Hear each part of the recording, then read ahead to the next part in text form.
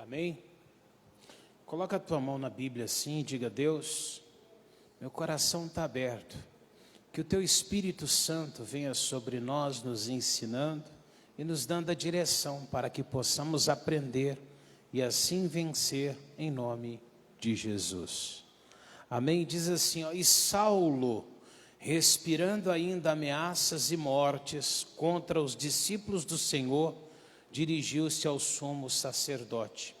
Aqui diz que o Paulo, quando ele era Saulo, ele teve um encontro com Cristo. E nesse tempo a Bíblia diz que ele respirava ameaças e morte. Muitas vezes o que se encontra dentro de nossas vidas acaba sendo isso. Nós buscamos algo de Deus, nós queremos alcançar algo de Deus, clamamos a um Deus, pedindo que esse Deus se manifeste sobre nós, mas quando Deus olha para nós, às vezes o que Ele encontra dentro de nós também é ameaças e morte. Quando falamos de ameaças e mortes, quando eu falo de morte, eu me refiro muitas vezes a uma revolta dentro do coração, o sentimento pelo pecado, o sentimento pela vingança, algumas vezes o sentimento até de mágoa contra as pessoas. E Deus, quando Ele quer nos abençoar, a primeira coisa que Ele vai atentar para nós é para aquilo que realmente está dentro de nós. E às vezes o que Ele encontra na minha vida, encontra na sua vida, não é aquilo que permite que Ele nos abençoe.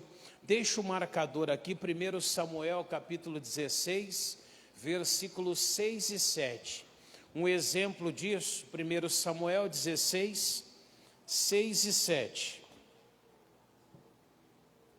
1 Samuel 16, versículos 6 e 7.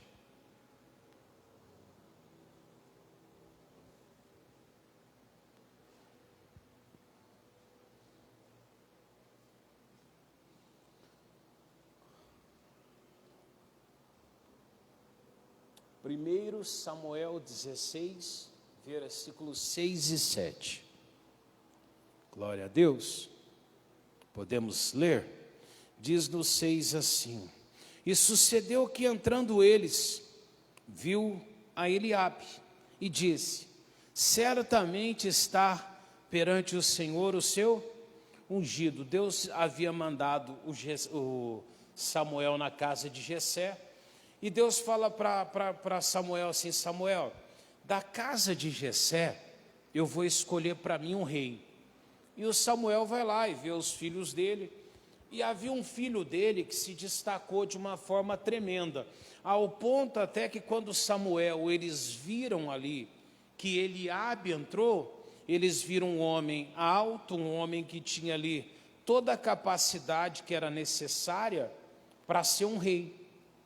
E olhando assim para o que nós vemos na palavra de Deus, o Eliabe realmente ele tinha as características, porque ele era um guerreiro, não é? Tinha uma boa estatura, tinha ali boa aparência, segundo a Bíblia, tinha todos os requisitos que era necessário para que ele pudesse reinar. E aí o Samuel, olhando para aquele guerreiro entrando, ele falou assim na hora assim: certamente, não tem como ser outro, esse é o homem que Deus escolheu.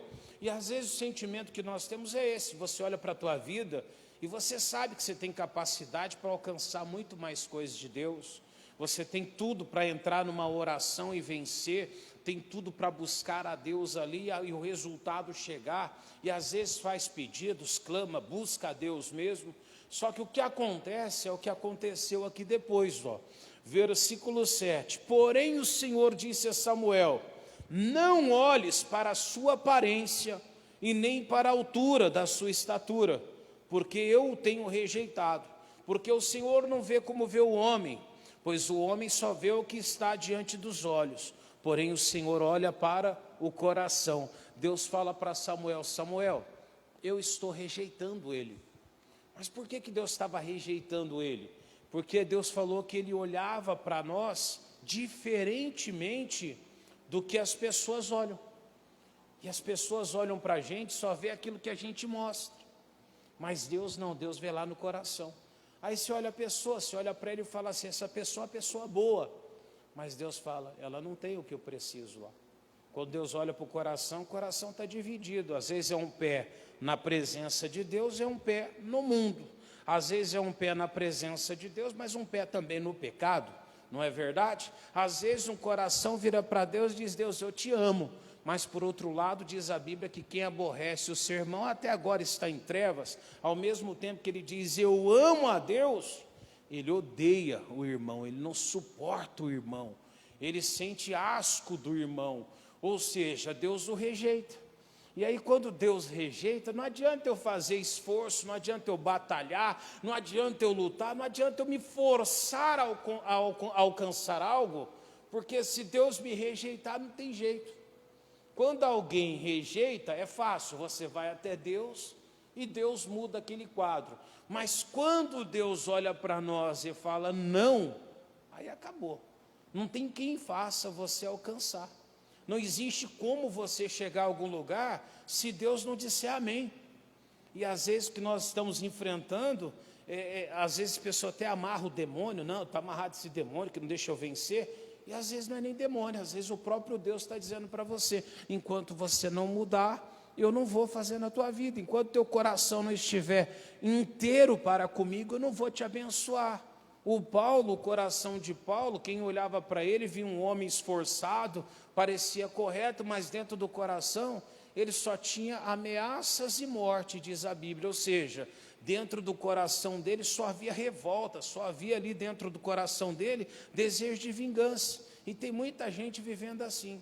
Tem muita gente ali buscando a Deus, mas com o coração ali cheio de bicho, parecendo uma goiaba. Se olha para fora, a goiaba, ela tem aquela aparência bonita.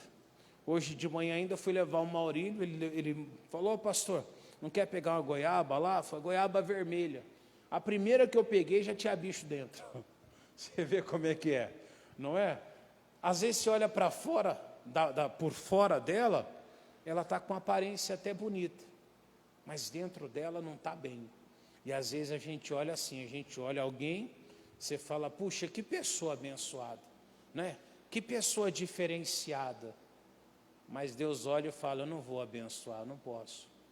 A Bíblia diz que um jovem procurou Jesus, e Jesus, ouvindo ele fala assim, Senhor, o que eu preciso para herdar a vida eterna? E Jesus fala, você guarda os mandamentos. Ele interrompe Jesus e fala, já tenho guardado desde a minha infância. E Jesus se encantou com aquilo. Diz a Bíblia que Jesus, olhando para ele, o amou e falou para ele assim, falta uma coisa, faltava algo. Falou, vende tudo que você tem, dá aos pobres e me segue, e vai ter um tesouro nos céus. A Bíblia diz que naquela hora, ele abaixa a cabeça e ele se retira triste.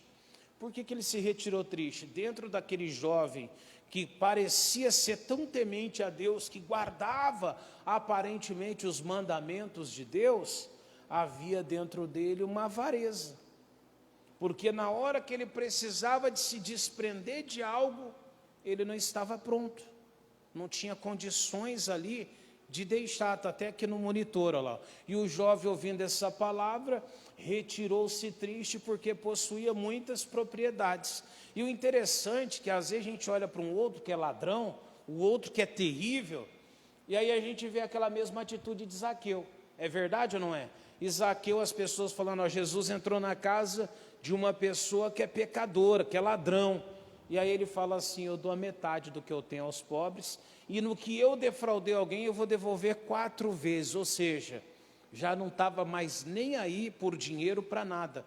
Esse homem só queria naquele momento estar na presença de Jesus. O interessante é que às vezes o que está dentro de nós, às vezes é ignorado pelas pessoas, elas veem o que está fora. Só que Deus, quando Ele for te abençoar, entenda, Ele vai olhar o que há dentro de você. Amém?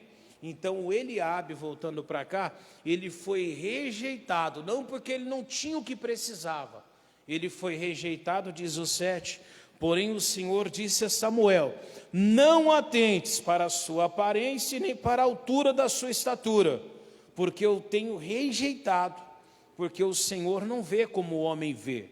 Pois o homem vê o que está diante dos olhos, porém o Senhor olha para o coração. E aí, um pouquinho mais à frente, para você entender melhor, você vai lá em 2 Crônicas 16, 9. Como que Deus age ao nosso respeito? Deus diz que os olhos dele estão passando por toda a terra. Se os olhos dele estão passando por toda a terra, não adianta eu tentar de alguma forma me esconder de Deus. Eu preciso estar realmente com o coração inteiro. Amém, igreja? Não pode ser dividido. Podemos ler? 2 Crônicas 16, 9. Olha o que diz lá. Porque quanto ao Senhor, os seus olhos passam por onde? Por toda a terra. Ele passa aqui, passa na tua casa, ele passa no trabalho que você tem. Pastor, eu estou querendo talvez fazer algo, construir algo. Ele passa naquele lugar. E a Bíblia diz, não é que ele passa para poder te fiscalizar, para te castigar, para te causar mal. Só que por onde Deus passa, ele consegue enxergar o que está dentro de nós, o que realmente nós somos. E qual que é a razão de Deus passar por toda a terra? Olha só o que diz ali, ó. Para mostrar-se forte para com aqueles cujo coração é o quê? Perfeito para com ele. Perfeito é quando é inteiro. Então os olhos de Deus estão passando por todos os lugares com uma intenção. Ele quer achar quem tem coração inteiro. Um coração inteiro seria como o de Davi, por exemplo, que a Bíblia diz que Davi tinha um coração semelhante ao coração do Senhor. E Deus sempre mostrou-se forte na vida de Davi.